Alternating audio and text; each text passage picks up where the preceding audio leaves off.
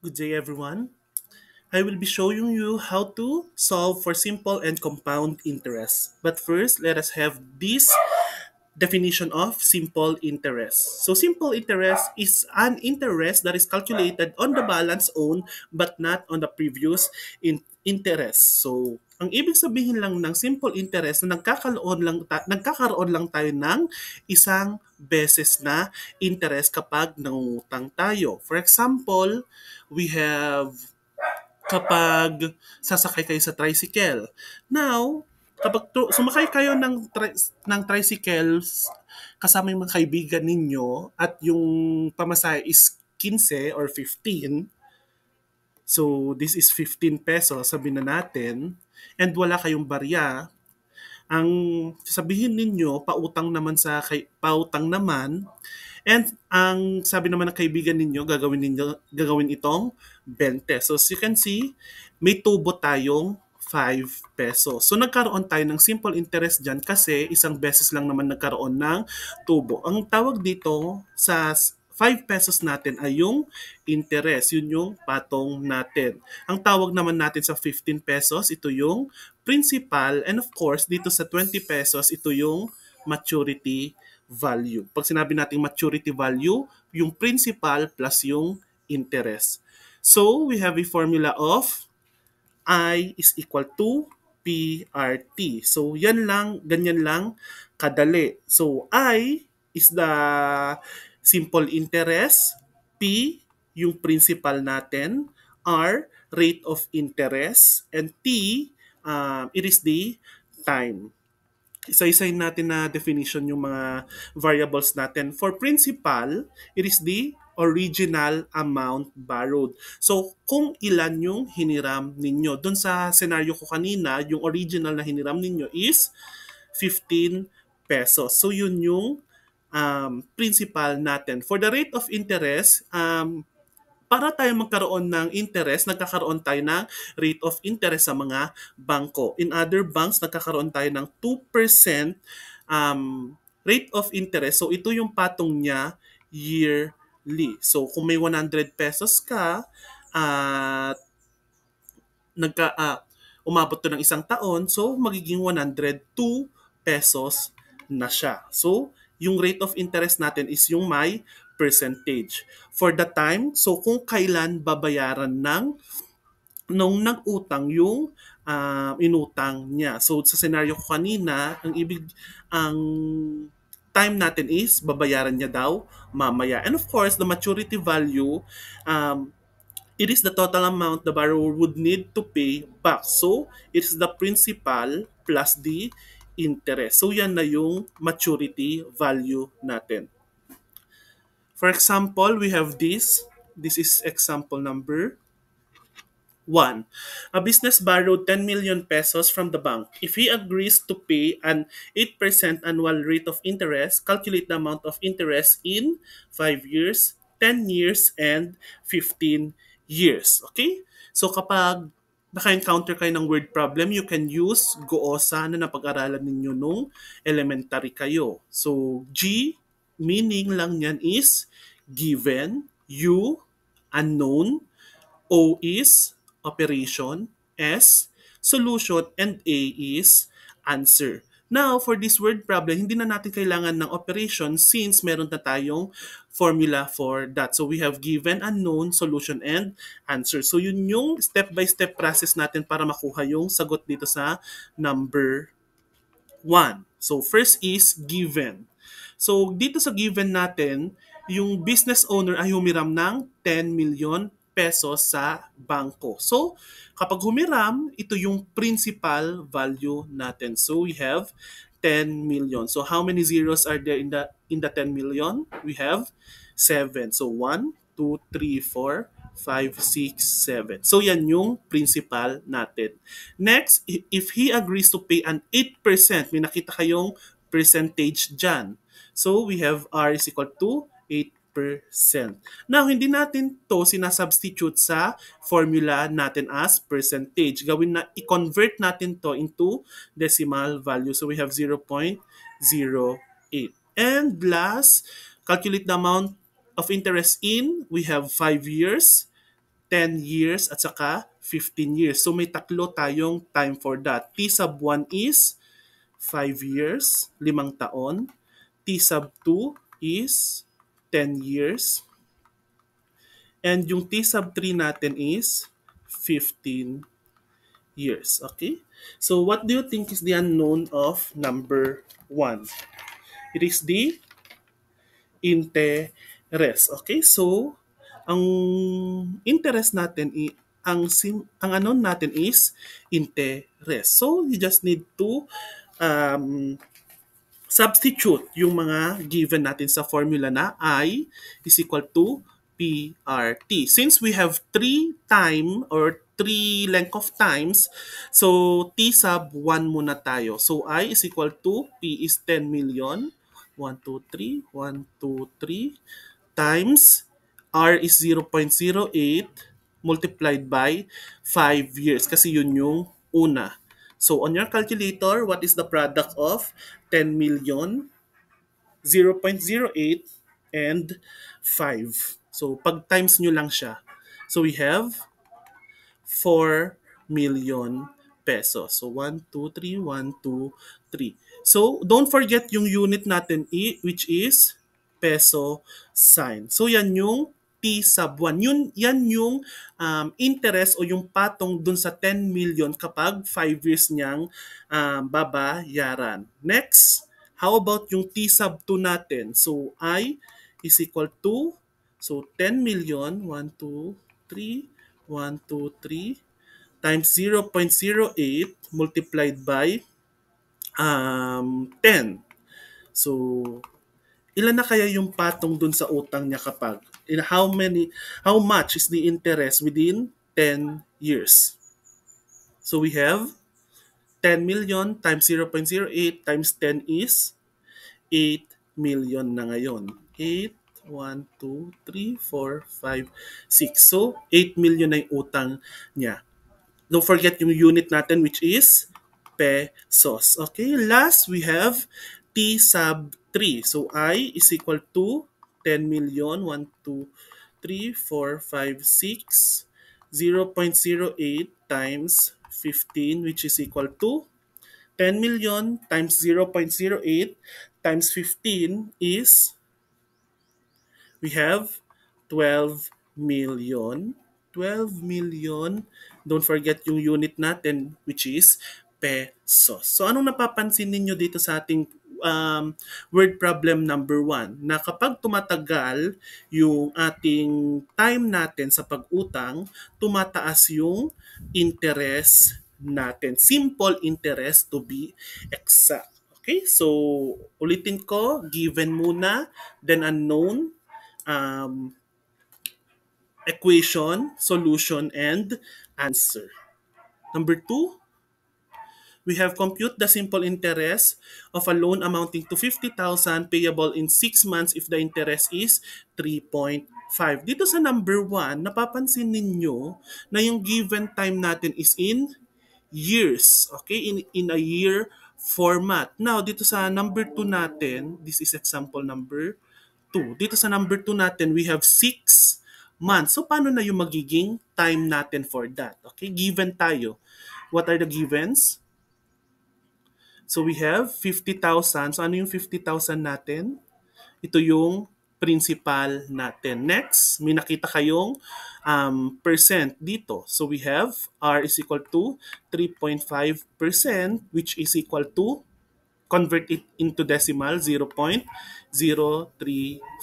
And our time is 6 months. Yung time kasi natin, dapat yearly yung simple interest. Now, kapag binigyan kayo ng months, gawin nyo lang, i-divide nyo lang siya sa kung ilang buwan ang meron sa isang taon, which is 12. So, we have 6 over 12. So, yan na yung magiging time natin for the word problem number 2. So, ano yung unknown natin dito? We have the simple interest. Okay? So, we have I is equal to PRT. So, we have 5,000 times 0.035 times 6 over 12. Okay? On your calculator, 5,000 times 0.035 times 6 over 12, which is equal to, we have 875 pesos, don't forget the unit, in 6 months. So meaning, yung interest o yung patong niya doon sa 50,000 sa 6 na buwan ay 875 pesos. So yan na yung final answer natin. Next, so this is number 3.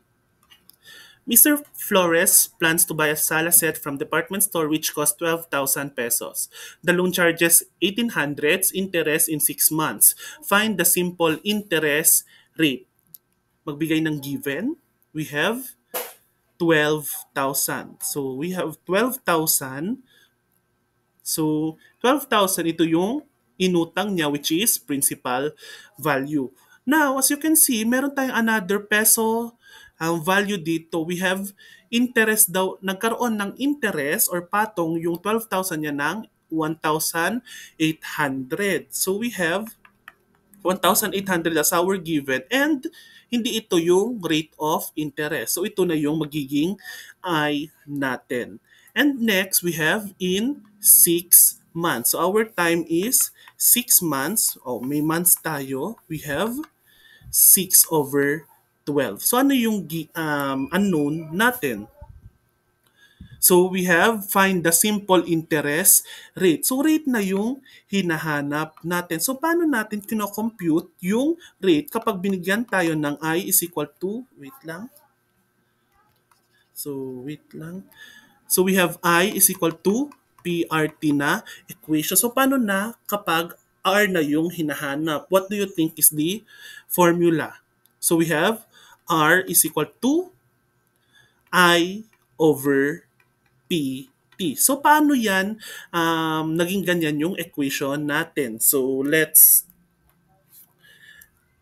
determine. So, yung mga ibang course, ganitong paggawa nila, gumawa sila ng triangle, hinati nila sa gitna, at dun sa baba, tatlo. Okay? Dun sa loob, sa taas, I, sa baba, P, R, T. Since R yung ating unknown, so ang natira doon sa taas is I over sa baba is P, T. So yan na yung formula natin for R. Okay? How about kung time yung unknown? Paano naman kapag yung unknown natin is time? So we have T is equal to I over PR. Okay? So you can use this triangle as your technique sa pagkuha ng unknown. So R is equal to I over PT. So I is 1800s over 12,000 times 6 over 12. So you can see, napapansin ninyo na yung 6 over 12 nasa baba or denominator ng ating formula. So dapat yan din yung nasa baba ng calculator ninyo. So 1,800 divided by 12,000 times 6 over 12. So what's the answer? It should be 0.3. Pero ang rate natin, di ba may percent. So hindi pa yan yung final answer natin. Now mag-jump tayo to the right. So 1, 2 ng dalawang beses lang. Kapag naka-jump tayo, magdagdag tayo ng isang 0 dito. So we have 30% yung rate natin ng 6 months kapag umutang tayo ng 12,000 na may, of course, interest na 1,800. Dapat ang nakuha ninyo dito sa number T is 0.3. Okay? So, yan yung sagot for number 3. Okay? So, next we have this. So, this is number 4. So, calculate the maturity value of a 10,000 loan with 8% interest rate in 5 years and in 8 months. So, given, ganun din lang, 10,000. So, ito yung inutang and this is the principal value. We have 8%, yun yung rate natin. 0.08, correct. Now, may dalawa tayong time for that. T sub 1, yung una, we have 5 years. Nasa year format na siya, so hindi na natin kailangang magkaroon ng denominator. And T sub 2 is 8 months. So we have months. So we have 8 over 12. So yan yung um, time natin sa second solution natin. So ang unknown is maturity value. So M is equal to unknown. So ano ulit ibig sabihin ng maturity value? It is the totality of principal and interest. So, ang formula natin for maturity value is P plus I. Now, dito sa given natin, may P na ba tayo? Yes, ito. Now, may I na ba tayo? Okay, wala. So, hahanapin muna natin yung interest bago tayo pumunta sa maturity value. So, we have interest, ibang color. So, we have interest is equal to PRT sub 1. So, P is 10,000 times 0.08 times 5 is equal to, so what's the answer?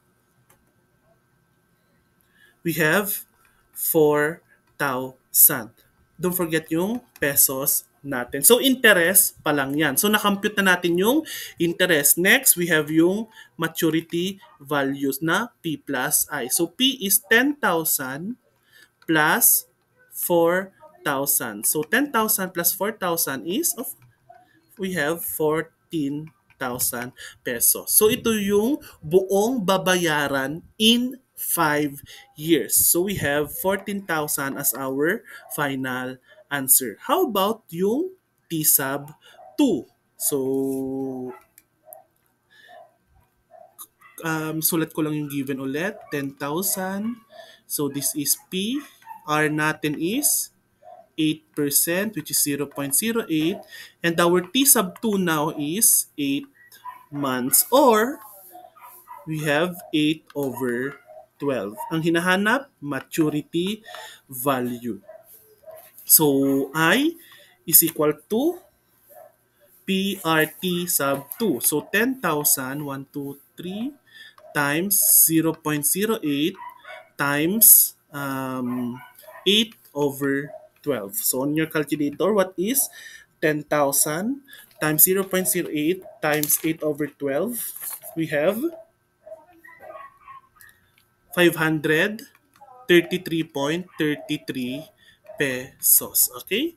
Meron na tayong interest, meron na rin tayong principal. So, M is equal to 10,000 plus 533.33. So, we have 10,533.33 as our final answer. So, meaning, 10,533.33 ang kailangan niyang bayaran in 8 months. Of course, mas malaki yung babayaran niya sa 5 years kanina. Okay, so yan lang mismo yung ating formula for simple interest. Now, dito sa simple interest natin, meron tayong maturity value na, sabihin na natin M is equal to P plus I. Now, sa pag-compute dito sa number 4, sa word problem number 4, ilang formula ang nagamit natin para maka-arrive tayo sa final answer? We have 2. So, interest muna then maturity value. So, meron tayong 2 equations. Medyo mahaba-haba yon. Actually, pwede nyo gamitin yung isang formula lang. So, M is equal to P plus I. So, ano yung formula for I natin? We have I is equal to PRT. Substitute nyo, M is equal to P plus PRT. Now, kung naalala nyo sa grade 8 ninyo, factor out ninyo itong P sa equation. We have M is equal to P times 1 plus R. T. Okay? So yan na yung magiging equation natin for maturity value. I-substitute mo lang yung given dito, makukuha mo na kagad yung maturity value natin na iisang equation lang ang ginagamit. Okay? Pakitry na lang, students. Next, we have compound interest. Ayan. So compound interest is an additional earnings plus simple interest would be equal to the total amount earned from compound interest. Ibig sabihin lang yan na yung compound interest ay parang nauulit na simple interest. Nagkakaroon tayo ng compound interest sa pagkuha nung principal value plus nung simple interest ng last time natin. Para maintindihan nyo, let's have this word problem. So, first word problem sa ating compound interest. So we have Mr. Agoncillo deposited 16,400 pesos in an account earning 3% interest compounded quarterly. How much is in the account at the end of 1 year? Napapansin ninyo na may nadagdag dito sa ating word problem. It is the compounded quarterly. Okay? Don't worry. Isa-isahin natin yan. So, given muna tayo. What are the given? Okay, 16,400. Ito yung principal. Next, 3% yung rate natin. Pero, ito ay 0.03. Next, we have time is 1 year, isang taon. Now, dadagdagan yung word problem natin ng compounded quarterly. Now, dito sa compounded quarterly, ilan hati kaya ang magagawa natin sa isang taon? So, apat na. There are 4 quarters in a year. So, yan yung kukomputin natin. If there are 4 quarters in a year, sa per quarter natin or each quarter, ilang buwan ang meron tayo sa isang quarter. So, kung hatiin natin yung isang taon ng apat, ilang buwan yon? So, we have 3 months. Okay? So, since may 3 months tayo, we have 3 over 12 as our time. So, for quarter 1. Okay? For quarter 1.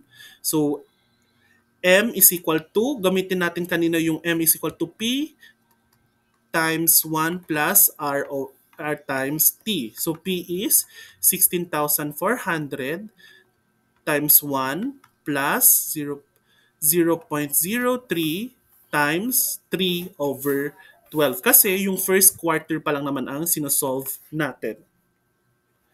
Compute 16,400 times the quantity of 1 plus 0.03 times 3 over 12. The correct answer is 16,523 pesos. Okay, so pangunang 3 buwan pa lang yan. How about for quarter 2?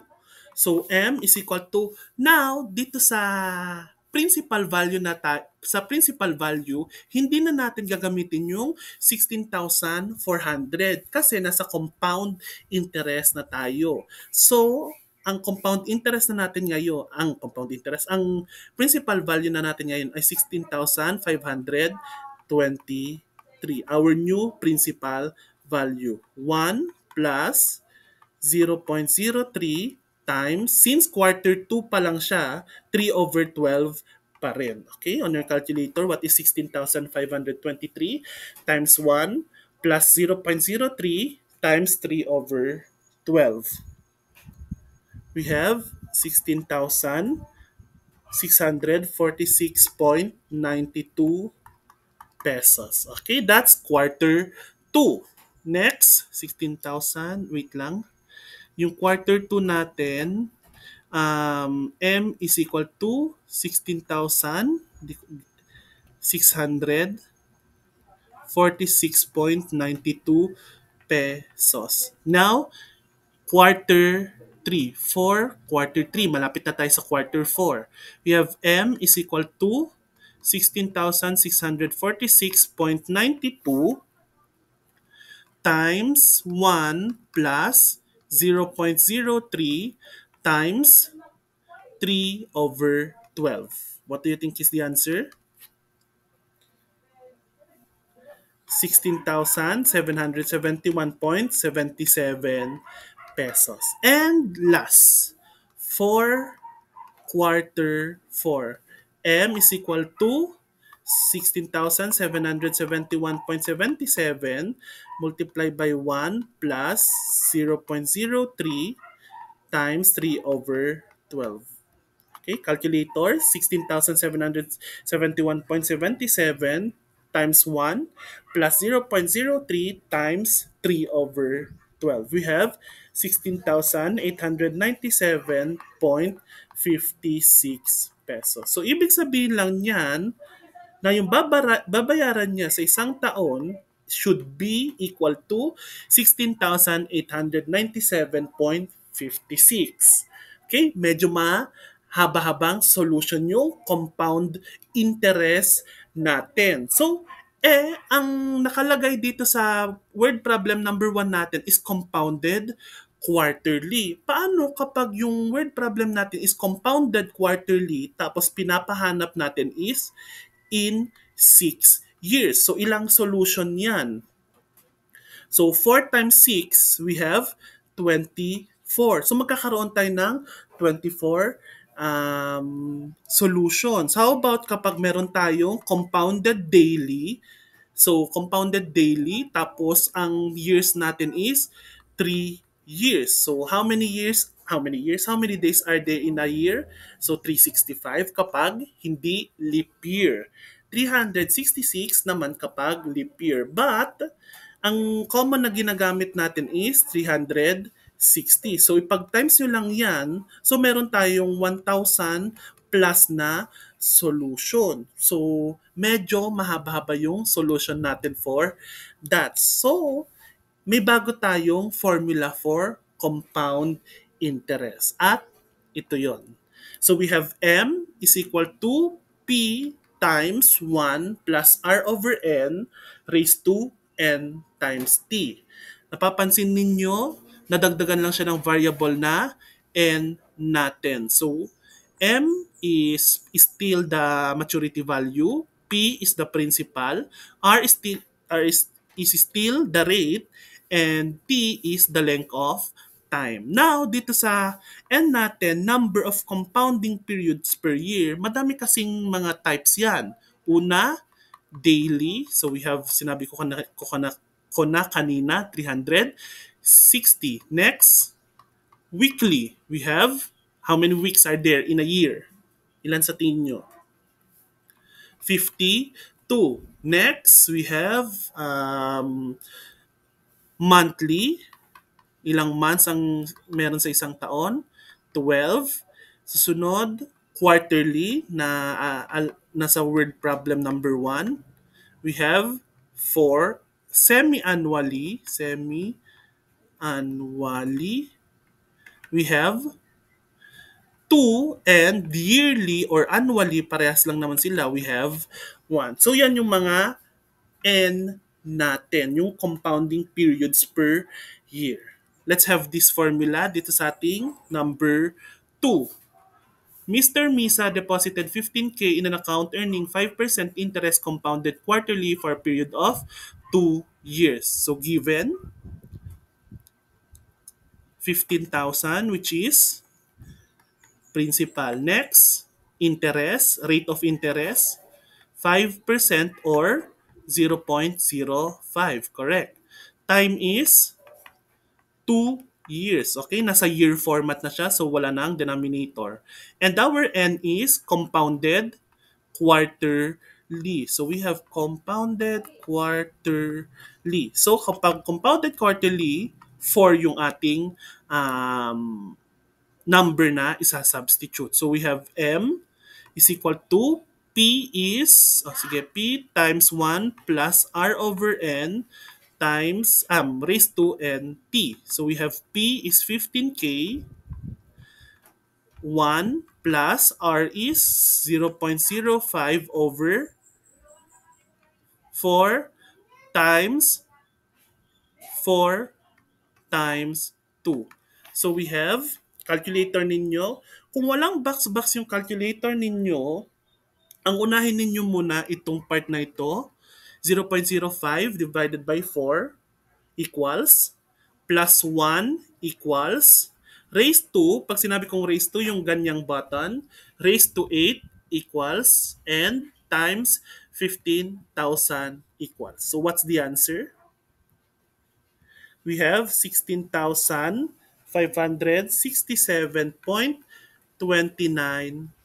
pesos. So yan na kagad yung sagot natin. Okay? So as you can see, hindi na natin kailangan ng madaming solution para lang makuha yung maturity value using compounded amount ng compound interest. So yan na yung sagot natin.